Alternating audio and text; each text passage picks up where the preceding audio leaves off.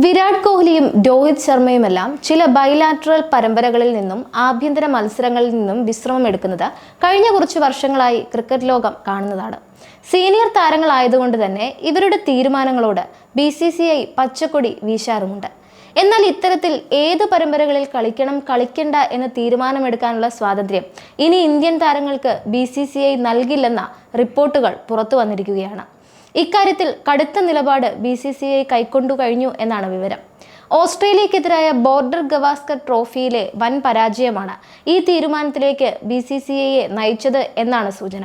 ഇനി സാധ്യതയുള്ള വൈദ്യ കാരണങ്ങളില്ലാതെ ഒരു ഇന്ത്യൻ താരത്തിനും ഏത് ടൂർണമെന്റിൽ കളിക്കണം എന്ന കാര്യത്തിൽ സ്വയം തീരുമാനമെടുക്കാൻ സാധിക്കില്ല.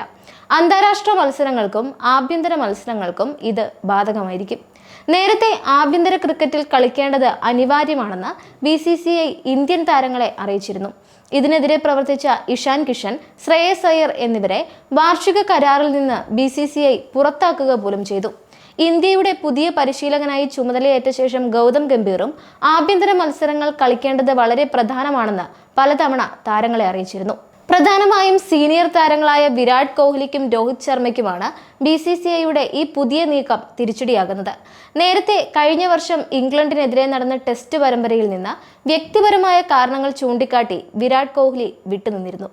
പെർത്തിൽ ഓസ്ട്രേലിയക്കെതിരെ നടന്ന ആദ്യ ടെസ്റ്റിൽ നിന്ന് രോഹിത് ശർമ്മയും ഇത്തരത്തിൽ വിട്ടുനിന്നു. കഴിഞ്ഞ ദുലീപ് ട്രോഫിയിലും ഈ രണ്ട് താരങ്ങളും കളിക്കാൻ ഇറങ്ങിയിരുന്നില്ല. രഞ്ജി ട്രോഫിയുടെ രണ്ടാം പാദ മത്സരങ്ങളിൽ കളിക്കാൻ രോഹിത്തിനും കോഹ്ലിക്കും നിർദ്ദേശം ലഭിച്ചു എന്നാണ് റിപ്പോർട്ടുകൾ. മുഴുവൻ ഇന്ത്യൻ താരങ്ങളോടും രഞ്ജി ട്രോഫിയിൽ അവരവരുടെ സംസ്ഥാനങ്ങൾക്കായി കളിക്കാൻ BCCI ആവശ്യപ്പെട്ടിട്ടുണ്ടെന്നും വിവരമുണ്ട്. 2012 മുതൽ കോഹ്ലി രഞ്ജി ട്രോഫി മത്സരം കളിച്ചിട്ടില്ല. 2013 ഡൽഹിക്ക് വേണ്ടി അദ്ദേഹം അവസാനമായി ഒരു ആഭ്യന്തര ടൂർണമെന്റ് കളിച്ചു. രോഹിത് അവസാനമായി മുംബൈയെ പ്രതിനിധീകരിച്ചത് 2015 2018 മുതൽ അദ്ദേഹം ആഭ്യന്തര ക്രിക്കറ്റിൽ നിന്ന് വിട്ടുനിൽക്കുകയാണ്. ഇന്ത്യ ഇംഗ്ലണ്ട് ഏകദിന പരമ്പരയ്ക്ക് മുമ്പ് ഒരു രഞ്ജി ട്രോഫി മത്സരമെങ്കിലും കളിക്കാൻ ഇരുവർക്കും കഴിയും. ജനുവരി 23 റെഡ് ബോൾ ടൂർണമെന്റ് പുനരാരംഭിക്കുകയാണ്. ഏകദിന പരമ്പര ഫെബ്രുവരി 6 തുടങ്ങുന്നത്. വിരാട് കോഹ്ലിയുടെയും രോഹിത് ശർമ്മയുടെയും ഇനിയുള്ള കരിയർ, റിട്ടയർമെന്റ് പ്ലാൻ എന്നിവ BCCI അവലോകനം ചെയ്തു എന്നാണ് വിവരം. യോഗത്തിൽ രോഹിത് ശർമ്മയും പങ്കെടുത്തു എന്ന റിപ്പോർട്ടുണ്ട്.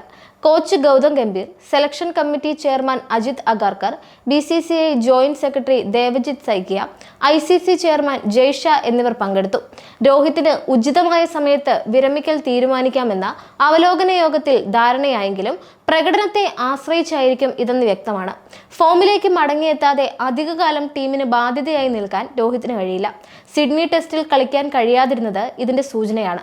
ദേശീയ ടീമിൽ കളിക്കാൻ ആഗ്രഹിക്കുന്നവർ ആഭ്യന്തര ക്രിക്കറ്റിൽ കളിച്ച് കഴിവുകൾ തേച്ചു മിനുക്കണമെന്നാണ് BCCI സെലക്ഷൻ കമ്മിറ്റിയുടെ നിലപാട്. ഇക്കാര്യം സീനിയർ താരങ്ങൾക്കും ബാധകമാണെന്ന് സിഡ്നി ടെസ്റ്റിന് ശേഷം ഗൗതം ഗംഭീറും വ്യക്തമാക്കിയിരുന്നു.